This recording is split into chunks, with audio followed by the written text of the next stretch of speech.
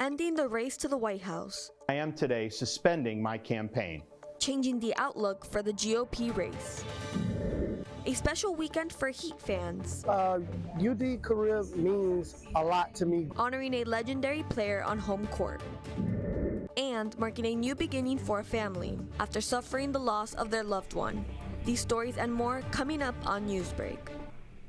Hello, South Florida. I'm Valentina Gaspari. And I'm Anthony Cruz. Today is Monday, January 22nd, 2024. Live from the Lee Caplin School of Journalism and Media in North Miami, this is Caplin News. The Santa is out. The New Hampshire primary will happen as scheduled tomorrow, but it won't happen without Florida's governor. This morning, Florida Governor Ron DeSantis has officially suspended his presidential campaign. DeSantis was seen as the primary challenger to Donald Trump within the Republican Party when he announced his presidential campaign last year. But after finishing a distant second in the Iowa caucuses and placing third in national polls to Nikki Haley, DeSantis claimed that he saw no clear path to victory. He now endorses his political adversary, Donald Trump, despite their past disagreements. It's clear to me that a majority of Republican primary voters want to give Donald Trump another chance. They watch his presidency get stymied by relentless resistance, and they see Democrats using lawfare this day to attack him. Well, I've had disagreements with Donald Trump, such as on the coronavirus pandemic and his elevation of Anthony Fauci. Trump is superior to the current incumbent, Joe Biden. DeSantis' political future is unclear after his current run as Florida's governor ends, since he will be now ineligible for the 2026 gubernatorial race. A survivor story, but into print. Caplin News reporter Pablo Hernandez attended a book signing event in Miami Beach yesterday. Books and FIU are hosting Judy Rakowski as she speaks about her 2023 release, Jews in the Garden. Before the event with Rakowski, there was a klezmo concert being held at the Jewish Museum of Florida featuring the Isles of Klezbo. They're an all-female six-tent band and their specialty of music is Yiddish. After the concert concluded, Judy Rakowski was able to speak on the inspiration behind writing her book, Jews in the Garden.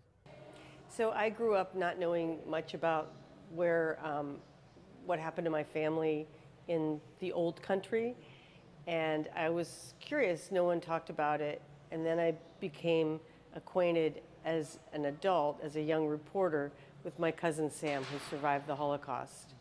And I wound up writing a magazine story about him, and then I wound up going to Poland with him to search for the fate of our relatives.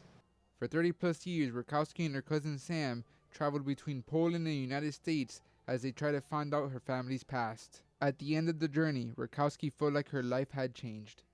Well, I think I got to know myself better and feel more grounded in who I am and where I come from.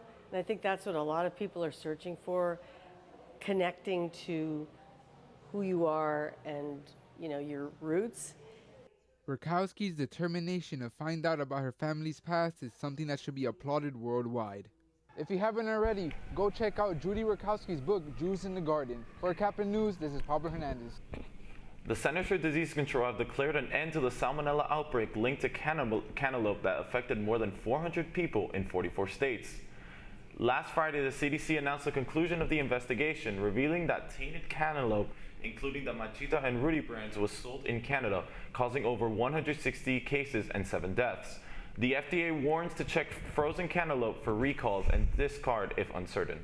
Police in Central Florida are continuing their investigation this morning of an apparent apartment shooting that left 3 dead and 2 others severely injured. The shooting happened on Saturday at the Woodlake Apartments, where officers arrested the suspected shooter, 26-year-old Tashawn Taylor. Investigators claim Tashawn knew his victims, but are yet to explain how he knew them. An ancient site in the Batu Caves has inspired the addition of an escalator to one of Malaysia's most popular tourist attractions. The 400 million-year-old religious site has 272 steps leading to the cave shrines. The management committee hopes adding an escalator and a multi-purpose hall will make the temple more accessible to Hindu worshippers and tourists. The construction is expected to begin after Thaipusam Festival on January 25th. The family of a fallen army soldier wakes up in a new home thanks to a volunteer initiative operation, Coming Home. WRAL's Julian Grace has more on the story.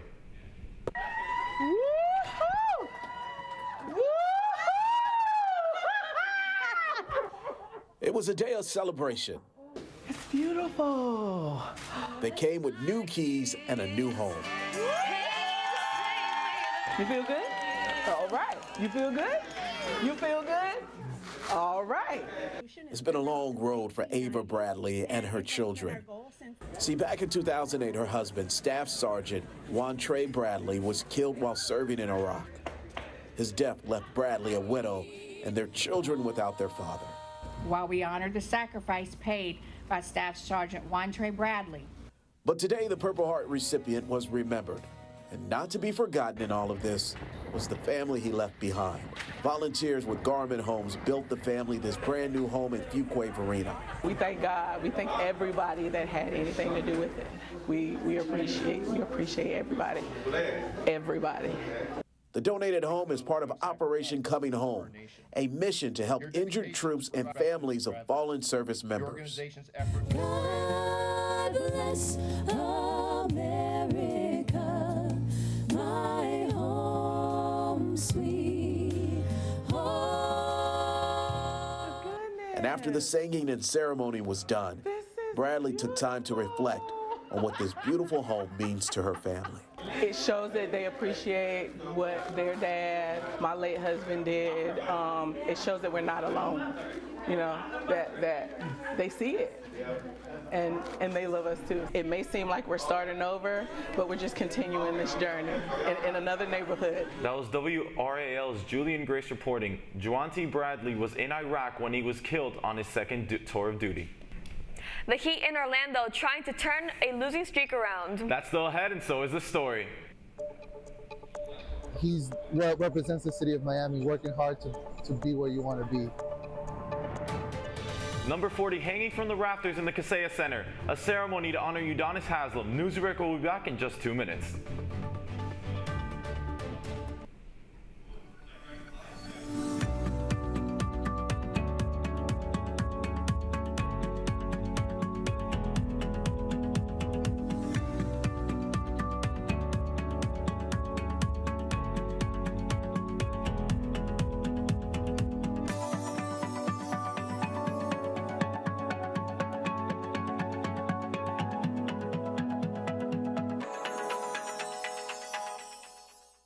See us dream.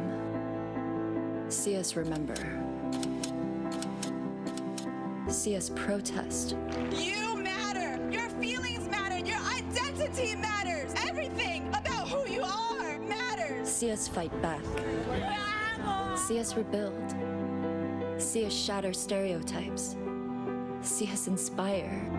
See us united. See us now. There are 16 million children struggling with hunger in America.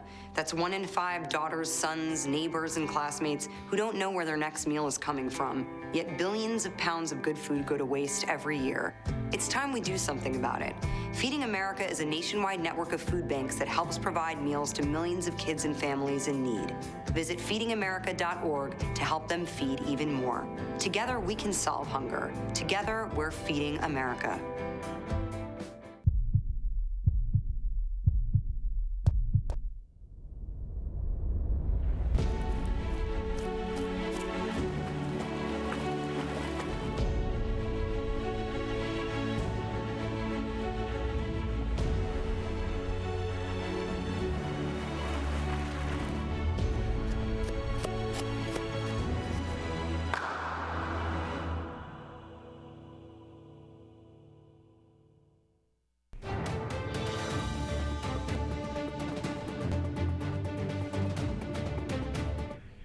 '40 forever, the longtime Miami Heat captain and OG getting his jersey retired. The 3-time NBA champion was honored on Friday versus the Hawks. Caplin News reporter Brittany Rodriguez has more from the courts.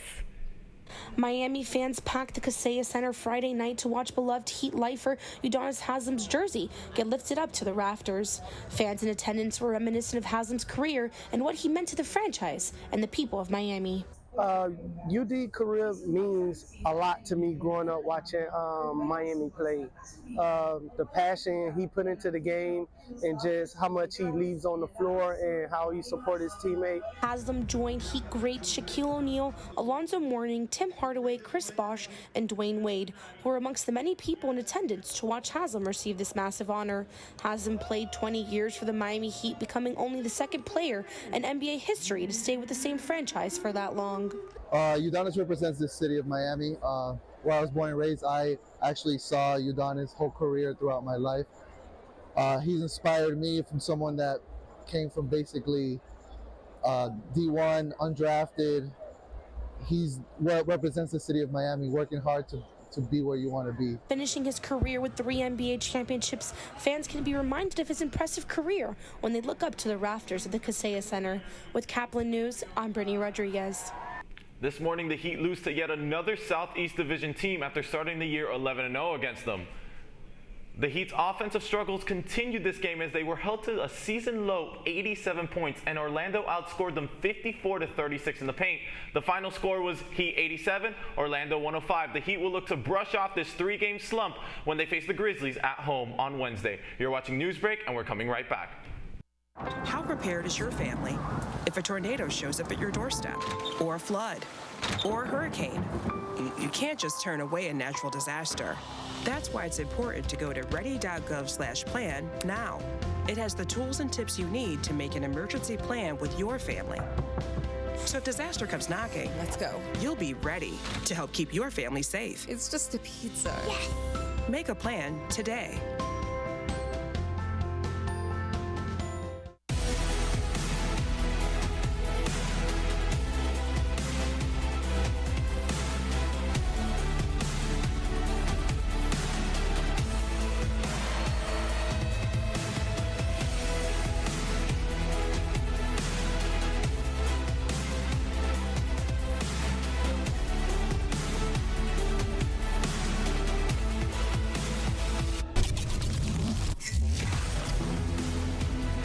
Jordan knows he shouldn't eat this entire bowl of nachos, but tonight he's earned that right because a few hours ago in the middle of happy hour, he recognized a sign, not from the gods or a bolt of lightning, but from a double heart, a kissy face, and a fourth ha in ha ha ha. That's when Jordan knew he was buzzed. So when it was time to go, he got a ride home instead of driving.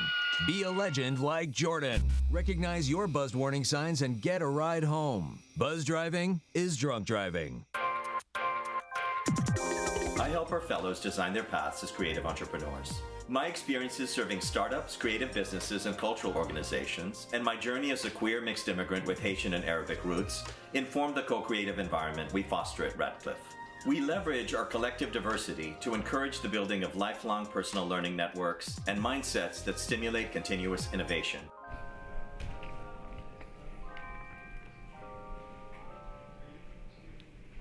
And that's all the time we have for Newsbreak today. I'm Valentina Gaspari. And I'm Anthony Cruz. You can get more news anytime at caplinnews.fiu.edu.